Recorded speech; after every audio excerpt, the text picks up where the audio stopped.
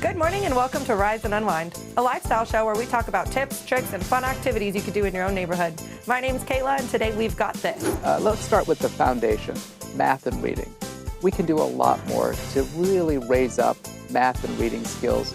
All that and more right here on Rise and Unwind. A parent's worst nightmare is not knowing the truth about what happened to their child. That's the mystery at the center of Netflix's new thriller, I Will Find You. The series follows a father serving time for his son's murder who suddenly receives evidence that his child may still be alive, setting off a desperate search for answers. Today, we're joined by Milo Ventimiglia, who stars as Hayden in the limited series. Welcome to the show, Milo. How are you? Well, Dan, how are you this morning? I'm doing good. For people who haven't started I Will Find You yet, what grabbed you about this story and made you want to be part of it? The complexity, as well as, being a parent myself and God forbid anything happens to your child, you're going to go to the ends of the earth to find out what's going on and hopefully get your kid back to safety. But, I found a lot of common ground with Harlan Coben and Robbie Hall, our showrunner, and was excited to do scene work with Sam Worthington and Britt Lauer and Jonathan Tucker and Logan Browning and everybody involved. Chad McBride, who, it's funny, like in my 30 years of filmmaking, like I've been on set with just about everybody on the cast to work, to be reunited and work again. So just go spend a summer with my friends making something cool.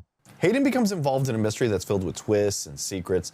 What can you tell us about your character and where he fits into this story? So Hayden Payne, I play a wealthy philanthropist who was previously connected to Britt Lauer's character, Rachel, who is the previous sister-in-law, former sister-in-law to David, Sam Worthington's character.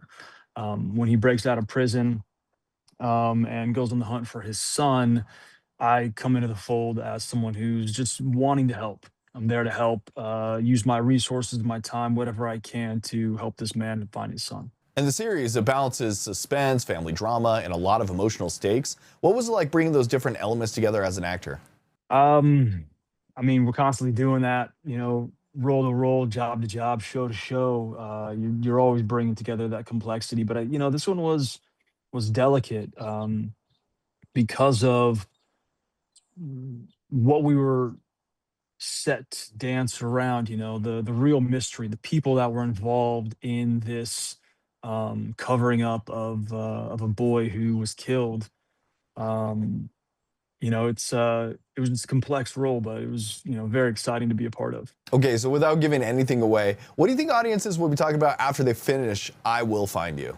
Never saw it coming. God, that was fun. I think I want to watch it again to see if I can figure out if they tipped their hat in any way in the beginning of the show. It's just a great ride. It's entertaining, self-contained, and a lot of heart. Hey, I want to thank you for being here today. I Will Find You is now streaming on Netflix. You can find the series and watch all the episodes at Netflix.com or on your Netflix app. Hey, Milo, I want to thank you for joining me today.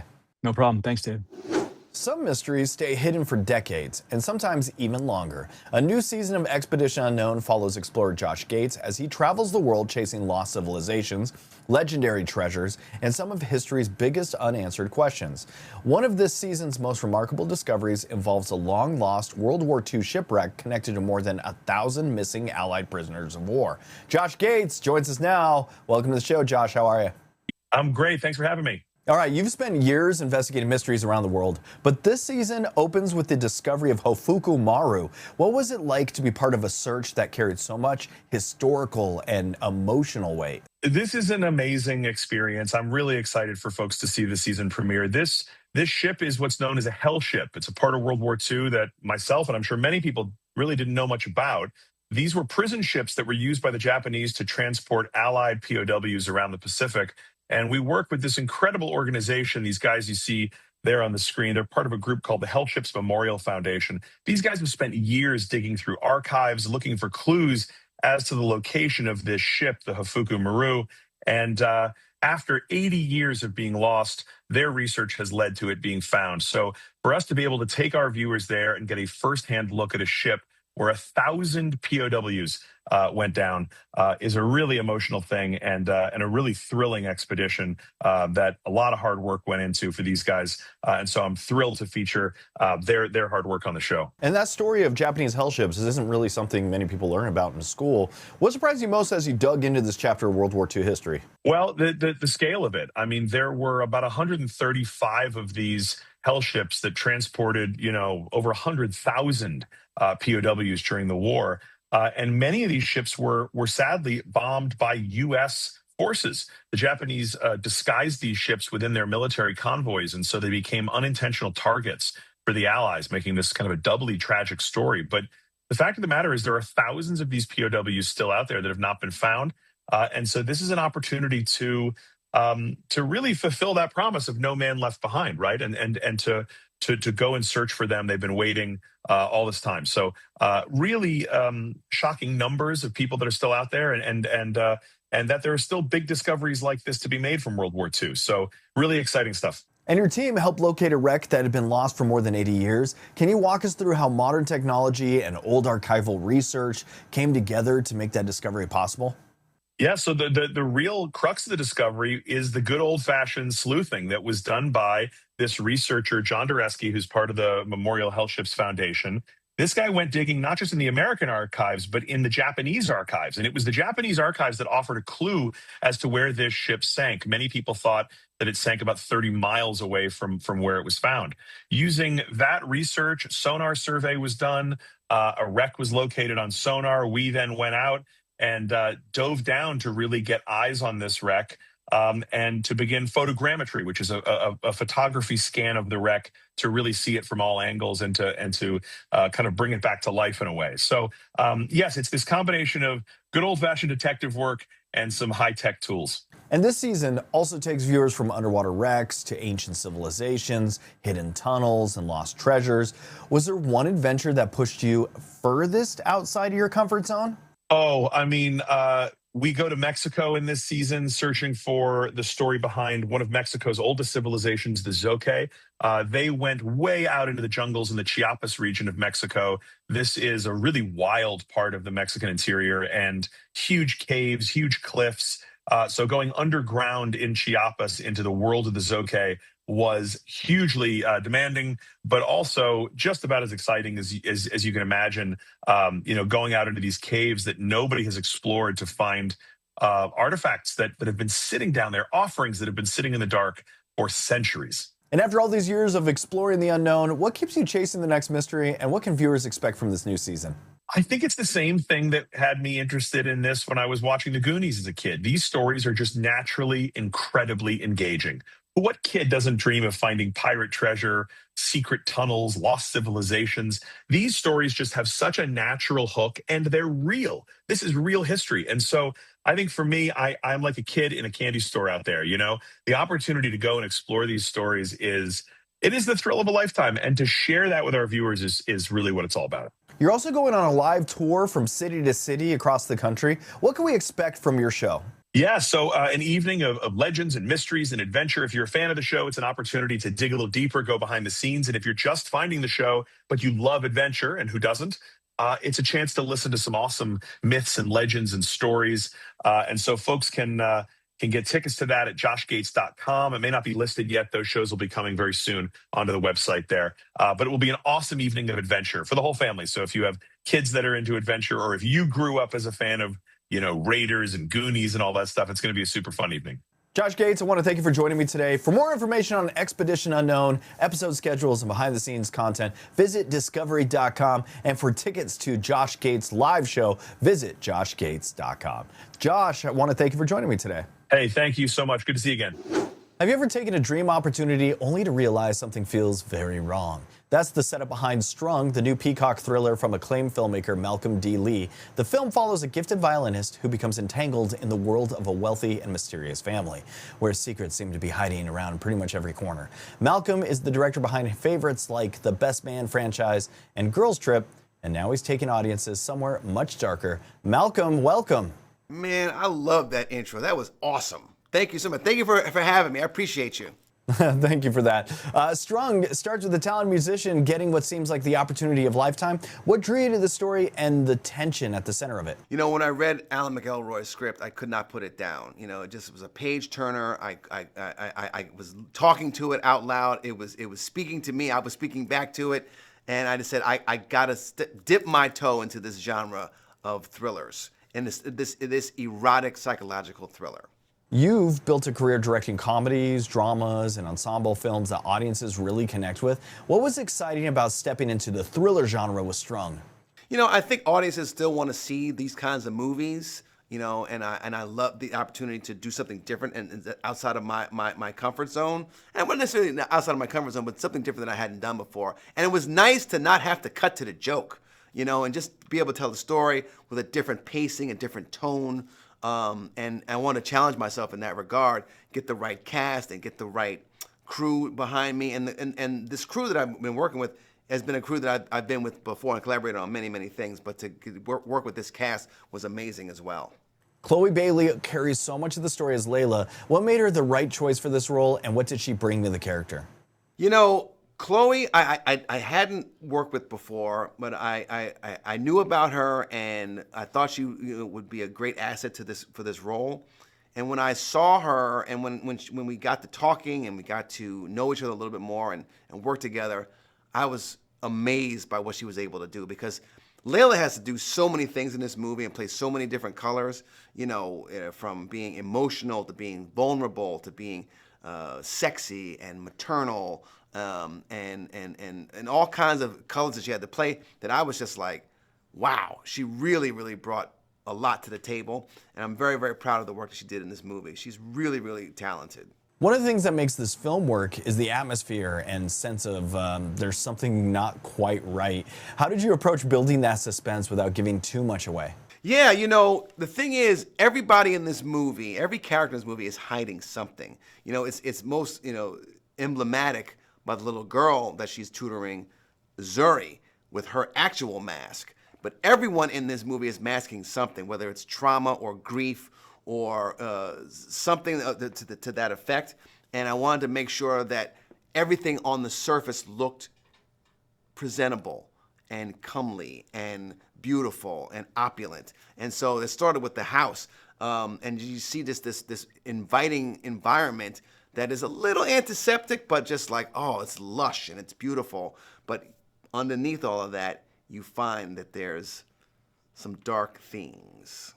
And looking at your career, you know, The Best Man, Girls Trip, and now Strung, what continues to inspire you as a storyteller, and what kinds of stories are you most interested in telling next? Yeah, you know, I am incredibly blessed to have the opportunity to get paid for what I love to do.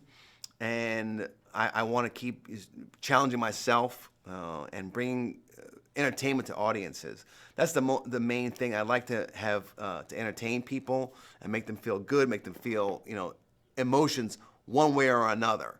And in this case, we're taking them on a thrill ride. And in the future, I hope to do, you know, the same kinds of things, you know, whether it's with a thriller, whether it's a comedy or a musical or a drama. I love, you know, working with actors and bringing a vision to life for audiences to enjoy. Malcolm, I want to thank you for joining me today. Strung is now streaming on Peacock. You can watch the film and learn more by visiting peacocktv.com. Malcolm D. Lee, thanks for joining me today. Thanks, Dan. Have you ever wondered what it would be like to bring out one of the most beloved family stories ever told to a new generation? Little House on the Prairie is now streaming on Netflix, introducing the Ingalls family to longtime fans and first-time viewers alike. Today, we're joined by Luke Bracey and Crosby Fitzgerald, who play Charles and Caroline Ingalls. Welcome to the show, you two. How are you? Hi, good. How are you? Very well. Thanks for having us. I'm doing great. My mom was a huge fan of Little House on the Prairie, so I just grew up watching all of the old shows. And it has meant so much to generations of readers and viewers. What was your first reaction when you found out that you'd be playing Charles and Caroline Ingalls? Oh, I sort of screamed and cried, I think. Yeah, it's daunting, but it was extremely exciting because I loved the scripts and I really trusted the creators of the show and was ready to sort of take on this new approach to the literature. Yeah, I was thrilled to play this character of Charles because I just saw kind of a wonderful story and a good man. And I think the world needs nice stories about people trying to be good people and trying their best in a hard world and realizing that they need their family and they need their community. And, you know, that was the real thrill for me when it came to this job. It's a nice story about people trying their best and not always succeeding and not being perfect. I just thought that was a wonderful opportunity and a wonderful story to have the privilege of being a part of. And this series honors the original stories while creating something fresh for today's audience. How did each of you guys approach making these iconic characters your own?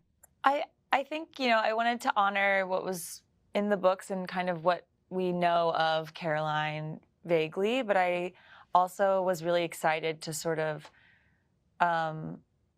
see her as a human who is flawed and complex and, you know, it has a lot of room to grow. And that's what I loved about the script, I think. And there was a lot in the script that I got to play with, I think, in learning about Caroline as a full person who's, you know, a wife and a mother is just two of the many things that she is. And I love how the script did that in these stories. And one of the things people have always loved about Little House on the Prairie is that it celebrates family while never shying away from the realities of frontier life. What do you think audiences will connect with most in this new adaptation? I think they might connect with the fact that life's always been difficult.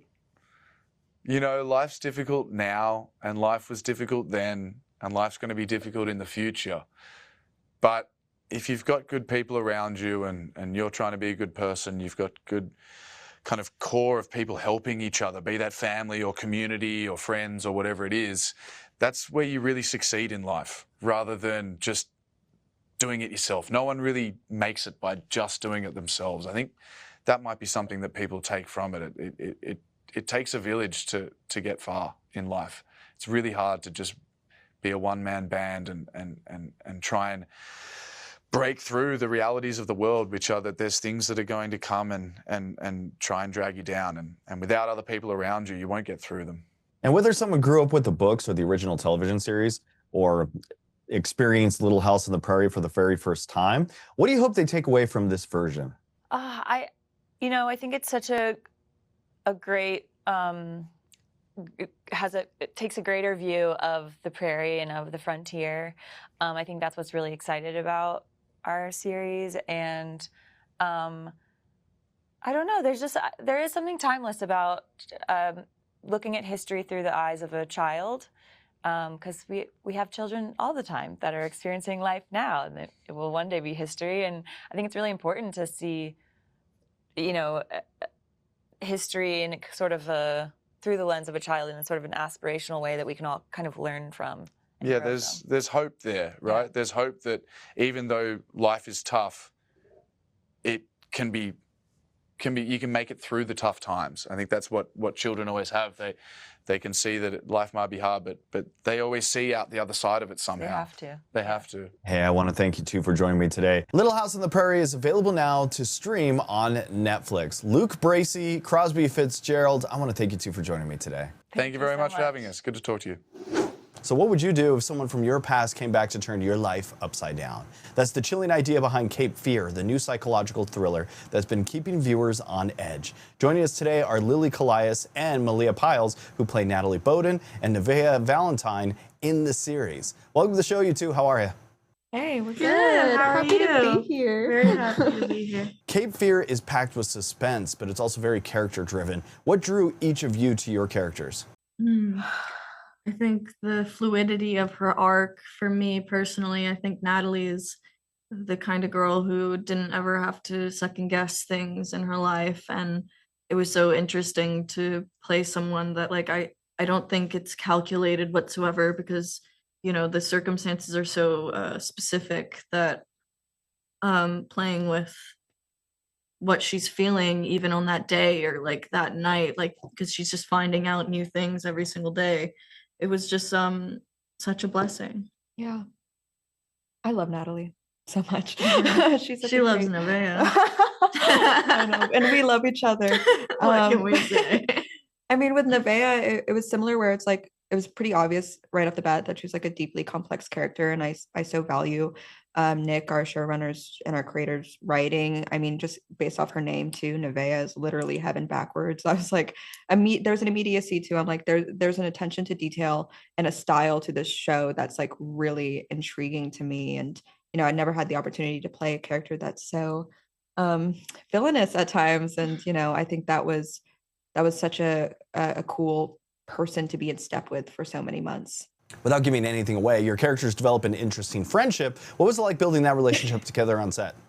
I mean, it's so easy because Malia as a person is someone that I connect with. I'm so grateful to call her like one of my best friends now.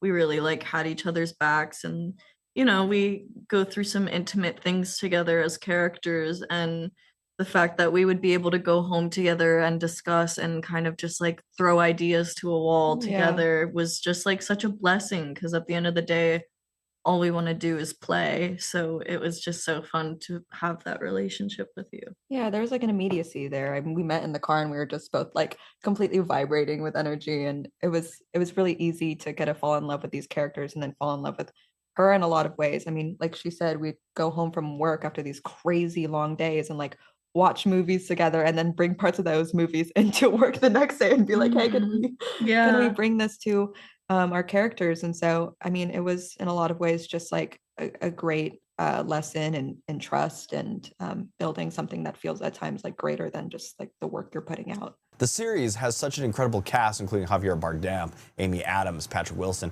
What did you learn from working alongside actors like that? So much every single day. I think at the core of it is to put things that are genuinely important in your life first, and your artistry comes alongside with your life. And they were just always so grounded and humble with their ways of teaching. And I think like Javier feels like very almost like dreamlike in his process, and Amy's super technical. Everyone just like brought different things to the table, and I feel like it all just like mixed so well together. Yeah. I mean, there's nothing like doing a horror beat with Patrick Wilson when you get to be the creepy thing behind his shoulder. I'm like, I feel like I'm in Insidious. Like, it's so cool. I love making this perfect, gorgeous man go through hell.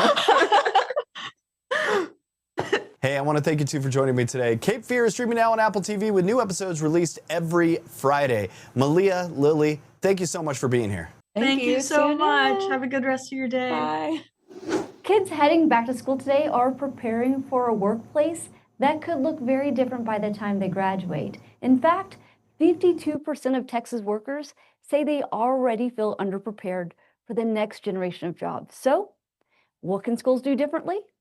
Joining us is Amit Sevak, CEO of ETS, here to talk about it. Amit, welcome. Abby, it's great to be on. It's back to school season, so looking forward to talking about how do we future ready our kids in Texas and around the country. Absolutely. First, do you think our education system is doing enough to prepare students for the jobs they'll have in the future? Well, Abby, I think we can do more. Let's start with the foundation, math and reading. We can do a lot more to really raise up math and reading skills. Only about half of all of the students that enter middle school are proficient in math and reading. And also only about half that enter high school are ready for the math and reading required for high school. So we've got to start with the foundation. We got to make sure the fundamentals are in place. In addition, we want to start orienting kids to the jobs of the future earlier, like middle school and early high school, giving them an opportunity to get a sense of the different types of jobs out there, the different kinds of role models, the different kinds of pathways to get those jobs is really important. And also, we got to start doubling down on human skills, communication, collaboration, critical thinking, define them, measure them in high school so that we can help students not just finish high school with a diploma or graduate, but actually get ready for the kinds of skills that employers are really asking for. And AI is changing so much about the way we work. How is it changing what students need to know to be successful? Abby, AI is changing education fundamentally. There's so many changes happening right now around AI. Done well, AI can help students prepare better, can help them get more personalized learning, can get them real-time feedback. But AI that goes off the rails is AI that is a substitute for learning. It starts to really replace critical thinking. It starts to lead to the slippery slope of cheating. And so we've got to really find appropriate, balanced ways, guardrails, if you will, for the responsible use of AI in our public education system. And that starts with parents, that starts with teachers, and that starts with conversation of what are the priorities for AI that's appropriate by grade level. This is important in Texas, and it's important around the country, that we start to really systematically ask these tough questions so that we can get ahead of the curve and help every child be AI literate in a responsible way. And how can states tell if the money they're investing in education is actually helping students? Across this country, we spend $1 trillion. That's a trillion with a big T, like a big T for Texas. It's $1 trillion a year is spent on education in America every year. And let's face it, the return on investment is really uneven on that educational spend. You've got some states doing better than others. You've got some geographies doing better than others. And so there's a real opportunity for us to really be asking the tough questions. This is an election season. Education is on the ballot in America right now. So this is an opportunity for us as voters to start to ask those candidates and those people that are in office, how is our money being spent on education, and how can it be spent better, not just to get our children to graduate, but to get them actually ready for the jobs of the future. And how important is accountability when it comes to improving education? Accountability is a buzzword in our education sector for basically measuring outcomes. It's ensuring math, reading, science, and other skills are on a regular basis being measured to ensure that we're continually lifting up our children. The reality is that accountability has sometimes become overemphasized. The reality is really ensuring that students are learning. So we've got to, yes, measure from time to time, but we've got to have continuous learning and continuous conversation about what assessments are working, what measurements not working, to make sure that we're really helping students and not just focusing on accountability systems set up by governmental entities. And what role can partnerships between schools, government, and businesses play in preparing students for the workforce? Partnerships can play a huge role in strengthening educational outcomes because let's face it, public education can only do so much. We're all trying the best we can, the teachers, the principals, everyone's trying hard. But effective partnerships with organizations that are working in job-ready areas, helping prepare students for the world of work, is really important. The key is, as a parent, as a voter, as a teacher, is to really measure the outcomes of what these partners produce. But I'm advocating for really trying to expand the number of organizations involved because we need a whole emphasis on really improving education across the board. And partnerships can make a big part of that solution. And finally, where can our viewers go for more information? ETS.org, our website. We'd really welcome your viewers to check out our website. We've got a lot of information about what we're doing in measurement, workforce readiness, AI literacy. Also, check out our sister organization, ACT.org, for more information. Amit, thank you so much for joining us today. Thank you very much, Abby, for having me. And that does it for today's episode of Rise and Unwind, aka your weekly excuse to procrastinate productively. Thank you so much for hanging out with us. Truly, you could be anywhere, and yet you chose this delightful show. We appreciate that. Make sure you follow our socials at Rise Unwind, and check out the website to stay updated at riseunwindtv.com. Stay fabulous, stay curious, and stay slightly over-caffeinated, and we'll see you next week on Rise and Unwind.